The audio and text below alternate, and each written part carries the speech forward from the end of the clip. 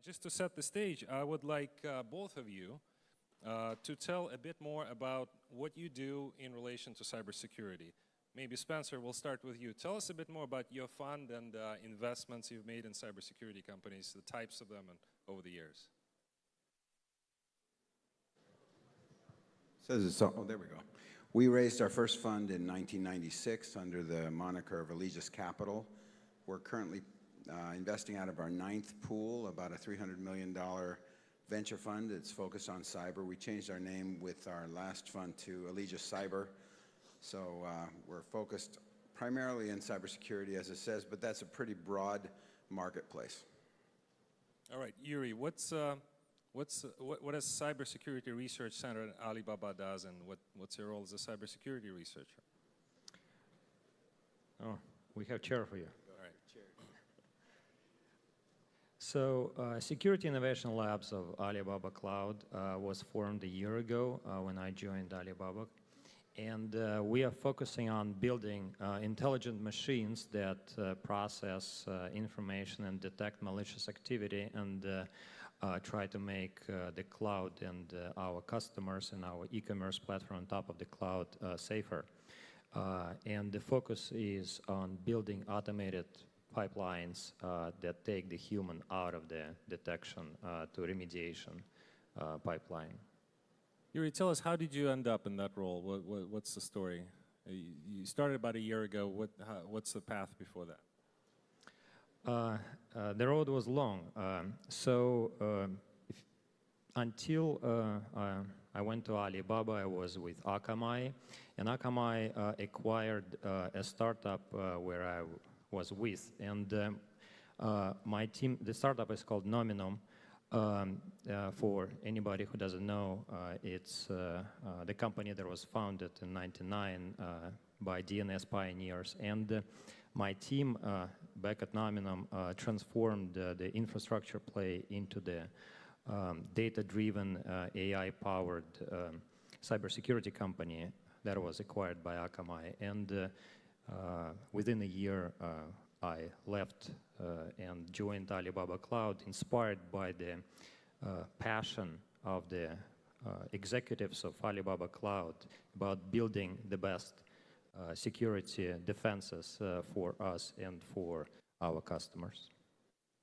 So just to stay on this topic a little bit longer, after many years in Silicon Valley, you are now exposed to what's happening in Asia. What do you see there? Is that in any way different than what we see here? Yeah, there are some differences. What is fascinating is that China is mobile-first society right now, technologically, and people do all kinds of things now with their mobile phones, from shopping to ordering in a restaurant to chatting to playing games. And that created the ecosystem that is quite different from what we see here. And just to illustrate the adoption of the technological advances in China, I have this personal story that in one of the visits to Hangzhou, I went hiking, and near the parking lot at the mountain, there were people selling some vegetables and fruits from their own gardens. And the interesting thing that I noticed is everybody took payments via mobile phones using just the printouts, QR code printouts, and including the elderly people, which is notoriously hard to convert to use new types of technology in the Western world. So that was quite a shocking experience. And I think technologically we can build a lot of things here, but creating the adoption that wide across all age groups, that's something that I've never seen anywhere but in China. Let's maybe talk a little bit about that and how the whole landscape got transformed. A lot of what you see and what you mentioned is really driven by what's been happening over the last 10 years with the cloud adoption. Cloud is essentially becomes the infrastructure of how both humans and companies interact in the digital world. How did that transform the cybersecurity landscape, if it did? Maybe Spencer, I'll pass the baton to you on that. Well, we started thinking about the cloud in 2005, and it took about 10 years before it became, a real thing. And so the way we imagined it in 2005 is not how it turned out. We had this vision that everybody would be on the cloud, and everybody would migrate to the cloud, and we keep talking about migration to the cloud. We don't really see that in large enterprises. We see lots of use in the cloud, but almost everything that my companies sell go into hybrid environments, and large companies are still keeping a lot of stuff on-prem. And so the way we look at security now is you have to have an on-prem solution as well as a cloud solution. And what that's done is just increase the surface area for security vulnerability. And I think ultimately, architecturally, it's going to push the security level down all the way to the app and even to the services level if you're going to truly secure the cloud. It won't be the cloud itself because you've got to be reliant upon the service providers to do that, and ultimately that's going to push all the way out to the applications and the services themselves.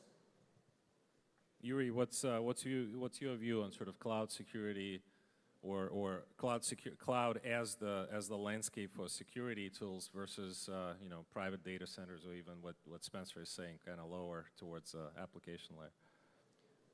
Well, I agree about the application layer, but this is the security going to the application layer is going to be a result of the good work of at the cloud level. So the cloud is moving toward the sort of platform capabilities where a lot of security features will be built in and can be enabled with just a checkbox. For example, DDoS protection and WAF protection, web firewall, is just easier to do it at the cloud level versus hiring an independent company to provide these services. And I think this also creates a lot of opportunities for other companies to find niche solutions on the application layer that will be targeted at certain groups of customers, while the cloud is taking care of general security problem. I would say that it's probably a fair statement that all of us believe that maybe we're on the cusp of another potential transformation with IoT and the number of connected devices growing suddenly exponentially, especially in combination with 5G networks that are highly anticipated. How would that change things further, in your opinion? It's going to get worse. IoT devices, the design of IoT devices was primarily driven by cost because you need to produce millions of these devices, and because of that, the security was not a part of the design process. And what we see millions and hundreds of millions of the devices that are easy to penetrate and convert into the large botnets that then attack our cloud and our customers in the cloud. And these devices cannot be, they are not updated regularly or sometimes not at all. And the industry as a whole security industry as a whole has not found a solution yet, a silver bullet for the IoT devices to become secure. And 5G is also kind of interconnected to this because we will see a lot more IoT devices connected directly to the internet using 5G. So from a cybersecurity point of view, I see more problems, but more opportunities as well. I couldn't agree more. In fact, I think that the challenge we have is that there's an opposition between what we would consider DevOps and security ops, right? And so all of the stuff that Yury's been talking about, IoT, et cetera, these are business-driven decisions, business-driven developments. And so, unfortunately, when they begin, they don't start with security as a main focus. They start with an end business purpose as their focus. And so on the security side, we're always playing catch-up. And that's why I think there will always be an opportunity for security, and I think that that's why the threat landscape continues to expand. And so if you look at security operations, like what Yury does inside of Alibaba, their job is to have zero problems. Their goal is to have zero problems, and that's diametrically opposed to DevOps, where their job is to make as much money as possible. And so companies are always having to make a trade-off in terms of how much risk they're willing to absorb in order to do as much business as possible. And with IoT, that's pushed all the way down to the individual. Think about yourself. Think about all the applications on your phone. They're binary, right? It's an if-then. If I want to use Fandango, I have to tell them where I am. I have to give them my credit card information, et cetera. There's no, I'll give you part of my information and not all of it. And this is happening across the board in our phone apps. And so IoT just increases the problems, and there's an education issue that always goes all the way down to the individual's level, because the individuals think in terms of privacy and not security, because there's a big difference between them. Right? If I look at what my kids are willing to give up online and what I'm willing to give up is completely different. They don't see that as an issue, but security is a different issue, and we have to actually educate all the way down to the consumer level with IoT in order to be secure, and obviously move it to the app layer that we talked about earlier. A lot of entrepreneurs here, a lot of people that are building startups, and Spencer, you talked about opportunity set also expanding along with the security landscape. Let's talk about opportunities for entrepreneurs and startups to address the pains that maybe big corporations are not that good at addressing themselves. Something that startups can maybe deliver on, and free to talk about whether it's from a technology standpoint or from adoption of new things that are a little harder for the big corporations to look at or adopt, or whatever else that might be an opening for a startup entrepreneur to enter this market. Well, if I look at large companies that provide security software, everybody's trying to stackify and platformatize everything, right? And the end customers, they're looking to have as few vendors as possible. And so within that construct, there's always a hole. And that's where a lot of startups come from. And so a lot of our deal flow that we end up funding comes from frustrated product people inside of larger organizations. They either see a problem that's on the cusp of occurring, or one that currently exists that their platform can't address, and either political headwinds, budget headwinds, or something else keeps them from being able to develop that internally, so they spin out and do a company. And the best combination for us is when one of our former CEOs or high-level executives ties up with that frustrated product person, and those make very, very good startup opportunities. Yury? The cloud, and we in particular, are building a platform for other companies to be on, but also it creates an opportunity, because we cannot serve unique needs for every vertical in every country with unique requirements and local regulations for each vertical. So there is an opportunity for companies to take advantage of the platform capabilities, but create the service or a product that serves a unique niche of customers that they know well, they know the particular requirements, and probably at the application level. So security is something that we cannot build one size fits all on the application layer. So this is, I think, with the transition to the cloud, also a lot of opportunities to help companies migrate from private data centers to the cloud, and from maybe hybrid architectures to the cloud as well. I like what I heard earlier today about serverless architecture, and so you need to first see where things are going, and public cloud space is actively going through Kubernetes, through containerization to the serverless, and many companies are still in the pre-Kubernetes era.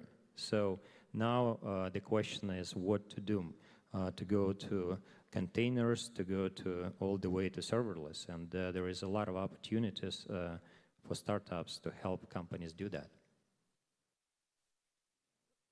Cybersecurity and startups, and investing in startups and cybersecurity is sort of an evergreen theme. As the space evolves, there's always something new to consider, to come up and use as a solution. There's a new technology that comes up that can be applied in security applications. Right now, we see a lot of startups trying to use AI in an application, trying to apply it to security problems. What are your thoughts on the use of AI, machine learning, as maybe there's something new coming that will be the next technology that people will try to adopt? Almost every company in our portfolio uses some level of machine learning and AI in their product development. I don't invest in AI as an area or in machine learning as an area. We invest in companies that use that product. I think of machine learning and even AI somewhat like, for those old timers here, when EDA tools came out for semiconductor design, it revolutionized the industry, didn't it? Right? And all it did was take all the really difficult stuff and automate that. And then it left the key design stuff, the key creative stuff to individuals. And I think that AI and machine learning does that. I don't believe in total automation, and I may be disagreeing with Yury here a bit on that, but I don't believe we can get to a completely automated system. And the reason is, even if we automate the entire thing and you take people's decision-making out of it, now you're starting to touch the business side. And business people don't like that. They don't like black and white. They like to be able to make business decisions in terms of their risk assessment. And so I think that's what AI and machine learning does for us, is it gets a lot of that data out of the way so we can make cogent and smart decisions as business people. In security, AI received a bit of a negative connotation because the initial attempts to use AI by multiple companies in cybersecurity led to the output that has a lot of false positives or requires a lot more manual labor than the original goal of helping the humans to solve the problem. And in order to create a machine learning algorithm in cybersecurity, and that's what we are doing, and that's what I've done before, is to make sure that the intelligent machines that are working in cybersecurity can make decisions with a false positive rate that is as good or hopefully a lot better than that of a human. Only then you can take the human out of this chain and make the human validate the workflow, see the reporting, fine-tune the algorithms. So this is very important for the cybersecurity to use the AI and machine learning correctly. And I also want to distinguish a little bit between machine learning and AI, specifically in cybersecurity. So what I understand by AI in cybersecurity, it's machine learning with some explanatory power, with reasoning. So that's where I see AI is a valid term. Otherwise, it's more of a marketing trick. Exactly. Thank you. And maybe just to wrap up, I want to ask you about. I want to ask you to make a prediction. I want you to kind of try to look 20 years from now. What will we look at in terms of cybersecurity? What's the end game? Or maybe end game is not the right word. I don't think it will ever end. But what will be the game in cybersecurity 20 years from now? I think what makes it different, the cybersecurity from many other fields, it's continuously changing. It's the only constant in this field is the change. And so that's one thing. We will never run out of problems to solve because the bad actors continue to innovate. So we have to do the same. And also the interaction between the machines and humans, as long as it continues, there will be problems that arise from social interaction between machines and humans. So the problem of cybersecurity, even in 20 years, it will change, but it will not disappear. Spencer, where's the puck going? I think it's going to be just as bad as it is now, but I'm not smart enough to tell you what it's going to look like. When I was a youth, there was this book out there called 1984, George Orwell, correct? And Big Brother was supposed to be the government. And when the Big Brother thing really played out, we Big Brothered ourselves, didn't we? Big Brother, our tech companies, they have all of our data, and it's not really the government at all. And we did it ourselves willingly. We made a trade-off, for that. So I don't know what cybersecurity is going to look like in terms of a landscape 20 years from now, but I know it's going to continue to be at least as big a problem as it is today. We are not winning this war. That's one of the reasons that cyber budgets continue to grow. And it's a war we can't win because the only way to completely secure your enterprise is to have no employees and do no commerce. Because if you're going to do commerce and you're going to have employees, you are going to have problems. You cannot control the entire partnership landscape and your supply chain. You can't force them into you can force them to a certain security level, but you cannot completely secure them. Some of the biggest breaches in history have come through partnerships. And individuals cut corners. That's who we are. It's human nature. And by the way, we've seen, and Yury deals with this all the time. You put in a new security protocol, and everybody has to toe a certain line, and there's a limit to what people are willing to do. And so there will always be problems. I just don't know what they will be. Thank you. Spencer, Yury, thank you for sharing your insights.